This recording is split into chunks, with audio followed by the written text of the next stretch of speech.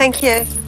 Anywhere between 40 and 60 would be a bad score for this movie. Okay, so we have the numbers overall. It's questions 1 and 2. We asked them, how would you rate the film overall? They're given 5 choices. Excellent, very good, good, fair, and poor. The excellent score was at 22%. That's against the norm of 25%. So just below the norm. Very good, 25%. That's against the norm of 30, below the norm. Gives the top 2 boxes. When you add those together, you have a top 2 of 47. That's against the norm of 55.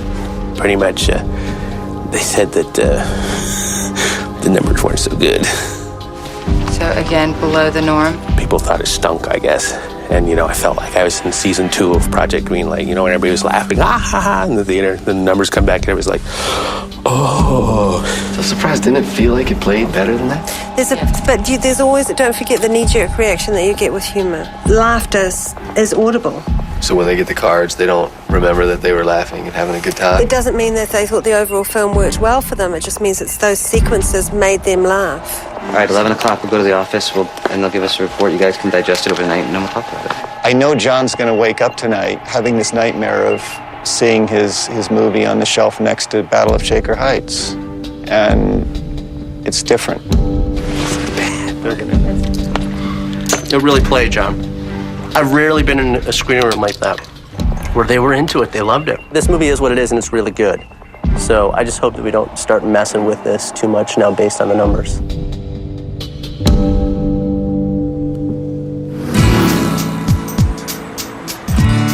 The morning after test screenings, we all sat around in the conference room here and had another brainstorming meeting, and Lori went over the scores in detail. As we know from last night, the scores are just below the norm.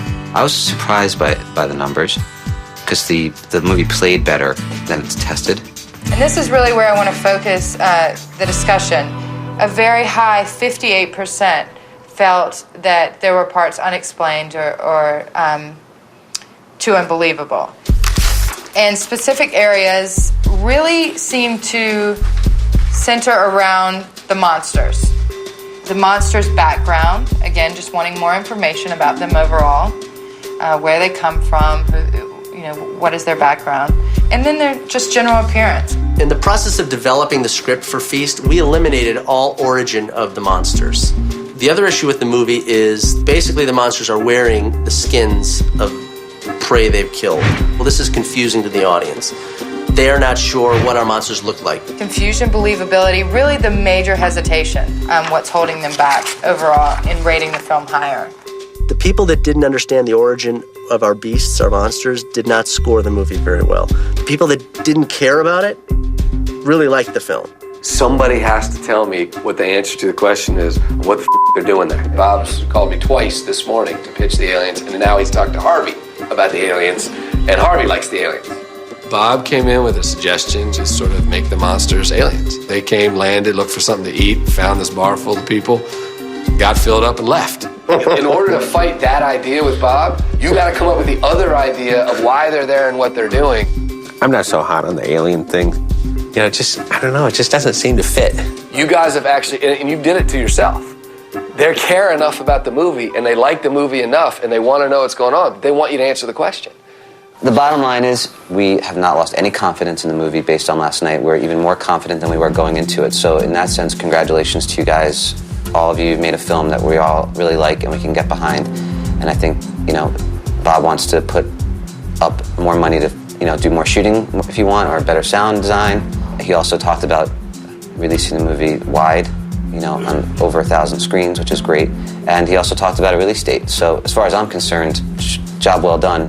We've been given an opportunity to put fresh blood into this movie. And in light of that, we're probably not going to release this movie until the fall now. Now, the second part of that conversation is we have to roll up our sleeves and really rise to the challenge of taking on these notes and make the movie better. Once you guys start coming up with ideas that we all agree upon, hopefully we can agree to a shooting date and we can just kind of have a schedule. Yeah. Cool. This is the critical juncture. If they can take back what the audience told them and make the movie better. All right. Well, good to see y'all. Yeah. Go fix the monsters.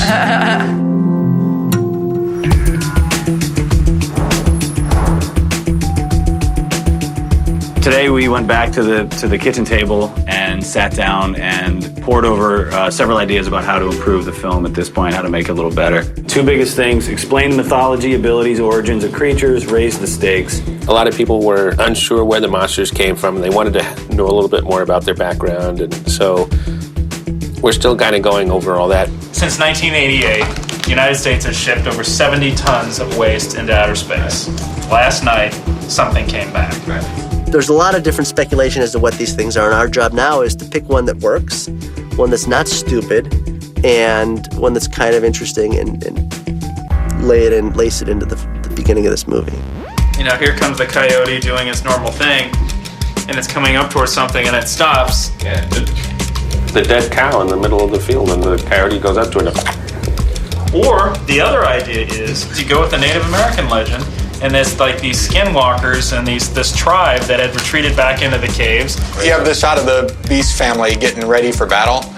Some sort of freakish fish comes out, fist, boom! Marcus and Patrick, you know, they have a zillion ideas, and they'll just riff on anything you say. Whoa! And you hear, Halley's Comet passes Earth. And for some reason, there's a green circle around it, and everything goes to goes back to black. But I don't think we're given enough as far as what are these things. We still have not addressed where they're coming from, who they are. Yeah, but these are essentially big mole rats. You have some kind of image of a buffalo getting killed. That's a big deal to kill a buffalo. You know any buffalo wranglers? It's called Worm Dude. Gary.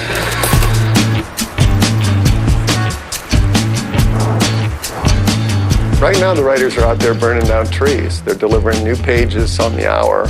You know, not all of it's going to be golden, but I think in the next few days, we'll have some things that we can shoot back to Bob. We're following a coyote. Gets a little closer, a fist comes out from the center and drags it in. There's just this natural inclination to always think that there's something else newer and better around the corner. But when it comes to the nature of monsters, it's very hard to come up with something truly new and original. It's ready. Well, the pages are done. The trick is to get everyone to see them and kind of sign off on them. We wrote like 6 openings, so yeah, I mean, we've just been giving them a lot of options. So we're kicking it into high gear, and we're going to go through the bunch of stuff that the writers have written, whittle it down a little bit, and get it out to everybody at Dimension, Live Planet, and the Maloofs. Well, of the openings, what would be your favorite? Alien, Native American, Earthquake? I don't know. I don't like the idea of it's an alien, because that's kind of boring, I suppose. It's been done a million billion times. Okay. And that's ready. Cool. Thanks, guys. I think it's good, though. We sent over all the ideas to Andrew and Bob, and now it's just a waiting game. Hopefully they're going to choose one of these ideas.